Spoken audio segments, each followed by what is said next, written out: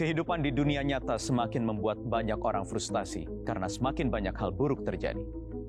Kekerasan, kebencian, konflik, peperangan, kemiskinan, bencana alam yang diakibatkan ulah umat manusia membuat kita semakin tidak nyaman tinggal di dunia dan terasa semakin nyaman untuk tinggal di alam semesta virtual. Potret kenyamanan hidup di dunia virtual sudah kerap kali digambarkan dalam bentuk seni. Film misalnya, ada yang berjudul Ready Player One yang menggambarkan dunia di tahun 2045 yang kacau balau, yang kemudian teknologi membuat orang bisa nyaman. Karena dengan kehadiran VR atau virtual reality, orang bisa masuk ke dunia alam virtual dengan dinamika yang berbeda, dengan kenyamanan, dengan keindahan, dengan impian yang dia tidak bisa dapatkan di dunia nyata. Sejatinya sudah bertahun-tahun ini kita juga sudah dipaksa untuk beraktivitas di ruang digital, di ruang virtual, bermedia sosial, bertransaksi, ada marketplace di sana.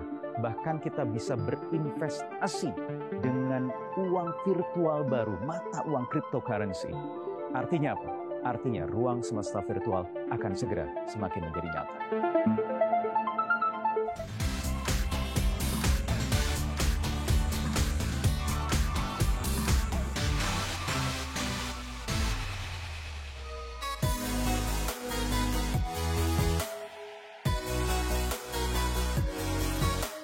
Today, we are seen as a social media company. But in our DNA, we are a company that builds technology to connect people. And the metaverse is the next frontier.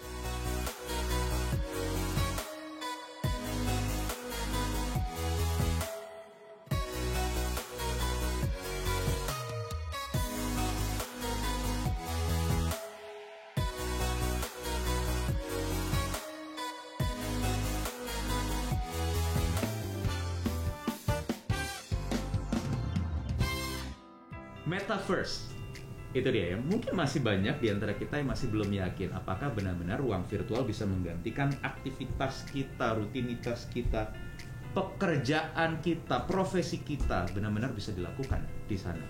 Tetapi ya itu yang ditangkap oleh perusahaan sebesar Facebook yang berubah sekarang menjadi Metaverse karena menangkap potret fenomena yang ada. Saya ingin bahas hal ini bersama teman saya Andes Rizky, founder dari Shinta VR. Apakah benar-benar sudah mulai banyak orang yang semakin yakin bahwa ruang virtual itu promising atau menjanjikan? Mas Andes, apa kabar Mas? Ya, baik, Mas Bayu. Bagaimana ya kira-kira? Kalau saya sih orang yang selalu optimis, selalu bisa mencoba meyakinkan diri kalau beyond expectation gitu memang akan menjadi satu kenyataan dalam waktu yang tidak lama. Termasuk si Metaverse ini. Gimana kalau menurut Mas Andes? Ya, Metaverse ini kan sebenarnya sebuah konsep ya yang kalau kita track back, kita lihat beberapa film-film science fiction yang udah ngebahas itu gitu. Nah, sekarang si konsep Metaverse ini semakin bisa dijadikan kenyataan gitu kan, karena akses untuk orang mengakses media-media yang meliputi dunia Metaverse ini lebih mudah gitu untuk didapat, mudah untuk dibeli gitu kan. Harganya juga sekarang sudah cukup terjangkau gitu kan.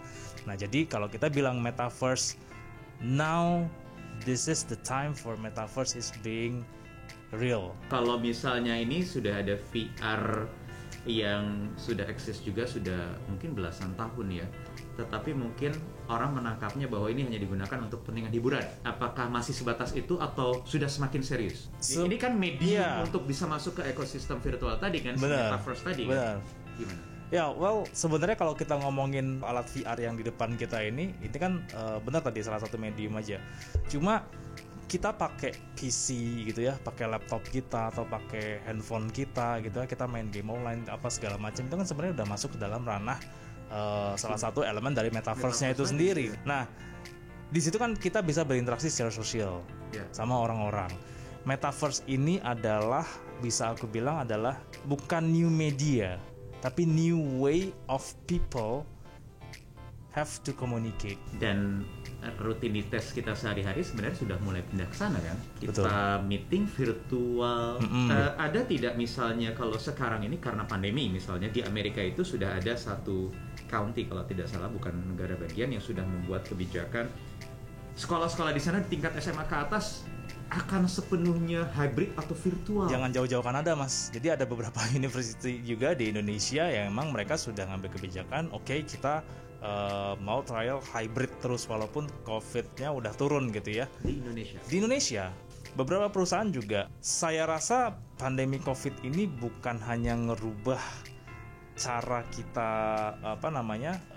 hidup gitu ya, tapi cara kita berkomunikasi dan beraktivitas itu udah berubah banget. Dan if we talk about metaverse gitu ya, di mana kita tidak hanya bisa pakai VR aja sebenarnya, tapi kita kan bisa gabungin multi devices gitu.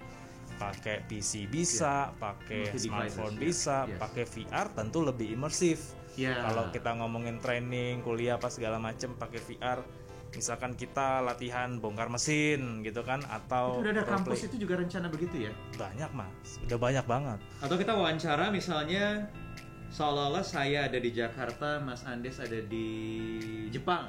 Kita bisa coba nggak? Bisa banget. Bisa coba ya? Bisa banget. Nanti Mas kita Andes ketemu dalam satu pakai? ruangan meeting. Karena kita metaverse, jadi Mas Wahyu di situ udah ada VR ya. Iya. Paling saya pakai PC aja. Oke, kita coba ya. Ya, terus nanti saya undang teman saya satu lagi ya. Bertiga kita meeting ya? Iya, bertiga. Kita Dia ngobrol nanti dari handphone mungkin. Oke, kita coba. Wow, kita sudah ada di ruang virtual. Di ruang apa nih, Mas? Kayak Star Trek gini ya? Ini ruang meeting, Mas Wahyu. Jadi ruang meetingnya seolah kita lagi ada meeting virtual, terus di sekelilingnya ada apa nih ya? Backyard besar sekali ini ya. Meeting ini bisa diikuti oleh berapa orang ya? Ini kalau misalkan ruangannya cukup besar, kita ada ruangan buat presentasi juga gitu, itu bisa muat sampai 50 orang.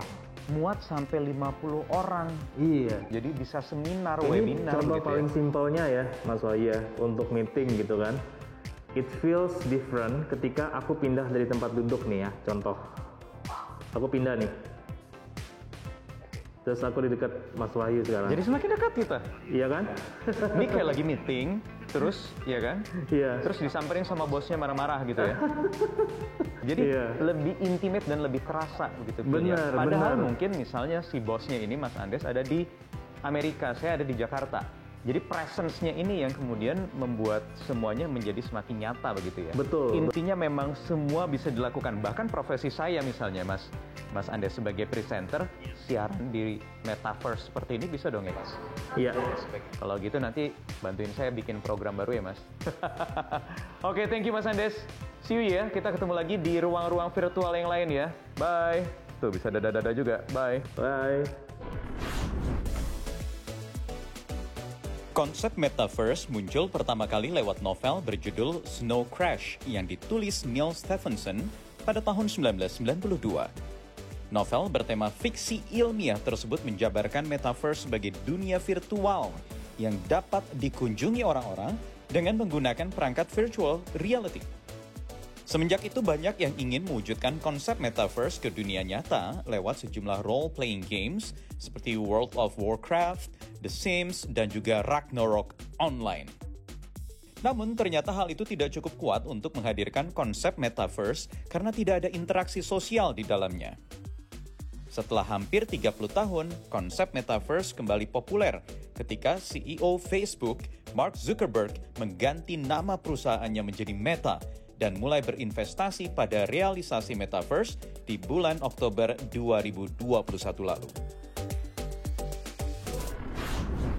Di bulan Agustus 2021 kemarin ada lebih dari 4 juta orang di Amerika Serikat yang resign, keluar dari pekerjaan sebelumnya atas sejumlah alasan. Terutama adalah mereka tidak mau lagi diajak untuk bekerja dari kantor karena sudah menikmati enaknya bekerja di rumah atau work from home selama pandemi ini.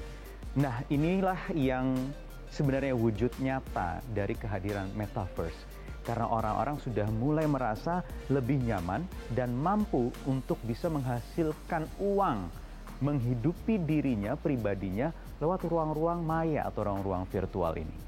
Nah, apakah pertanyaannya kemudian, is it possible untuk terbuka lapangan-lapangan kerja baru, merubah cara kita bekerja dari cara yang konvensional ke cara yang baru, di ruang virtual atau metaverse? Sangat memungkinkan walaupun tidak bisa semuanya berpindah ke sana.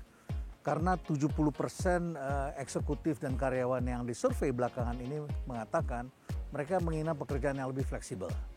Dan mereka sudah mulai terbiasa di rumah dengan teknologi, sudah invest dengan teknologi.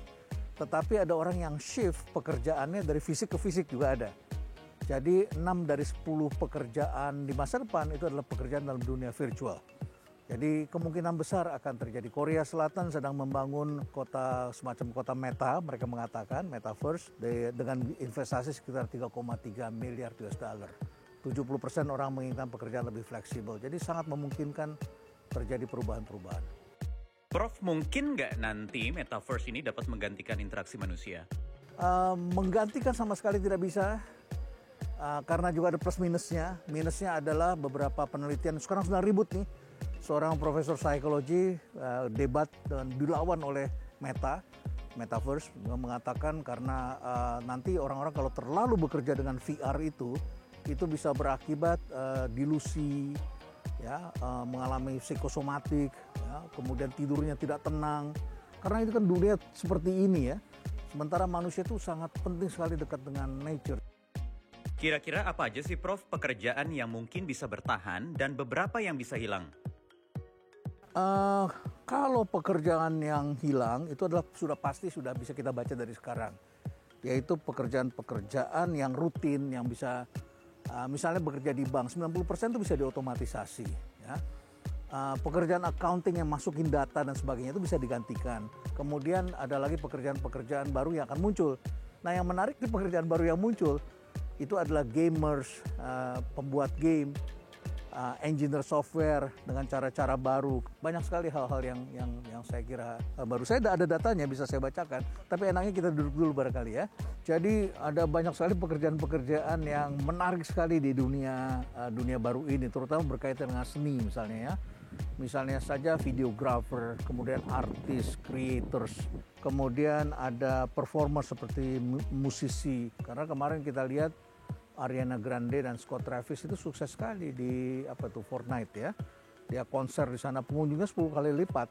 Jadi ada harapan karena manusianya bisa bikin avatar begitu penontonnya di sana dan harganya lebih murah. Akan terjadi pertarungan platform dalam membuat ke dunia ini, pertarungan dari dunia actual ke dalam dunia artificial. Karena dunia actual ini semakin sempit, penduduknya menjadi 7,9 miliar hari ini. Dan sebentar lagi menjadi 9 miliar. Jadi alamnya yang terbuka seperti ini suatu kemewahan besar tempat bekerja seperti ini. Manusia memerlukan tempat escape, ya, eskapianya di mana. Jadi di platform apa yang akan digunakan? Yang jelas ini akan berkembang terus, pilihan akan semakin banyak dan perusahaan-perusahaan kita akan berpindah ke sana. Karena 6 dari 10 pekerjaan itu adalah di dunia virtual dalam waktu 5 tahun. Facebook yang kini mengubah namanya menjadi Meta Platforms ternyata bukan satu-satunya perusahaan yang mencoba untuk merealisasikan konsep metaverse. Perusahaan pengembang game bernama Epic Games sudah lebih dulu menggunakan konsep metaverse lewat game Fortnite. Fortnite tidak melulu soal berperang, namun penggunanya dapat berinteraksi bahkan menonton konser bersama-sama dalam game tersebut. Selain itu, Microsoft kini mengembangkan proyek Microsoft Mesh, di mana pengguna dapat masuk ke dalam kantor virtual berwujud sebuah avatar. Konsep metaverse juga menarik perhatian brand fashion Nike, yang saat ini berkolaborasi dengan platform video games Roblox untuk membangun Nike Land. Di Nike Land, pengguna bisa membeli pakaian ataupun sepatu Nike untuk dipakai di avatar mereka. Itu dia, coba Anda bayangkan kita 2 tahun pandemi COVID-19 sudah menimbulkan banyak sekali reaksi, dinamika, perubahan, transformasi. Cara kita bekerja, kalau di awal pandemi, cara bekerja berubah dari bekerja dari rumah, kemudian bekerja dari kantor, kemudian bekerja dari rumah, work from home. Tetapi kantornya masih ada, jam kerjanya saja yang berubah, berkurang. Sekarang benar-benar kantor fisik itu bahkan tidak dibutuhkan sama sekali. Hanya mengandalkan ruang virtual dan bahkan bisa di mana saja sambil ngapain aja. Seperti saya mungkin sambil bekerja tapi lokasinya mau ke Wairebo di Nusa Tenggara Timur. Jalan-jalan sambil kerja. Bye-bye, kita berjumpa lagi di 15 Minutes di Wairebo.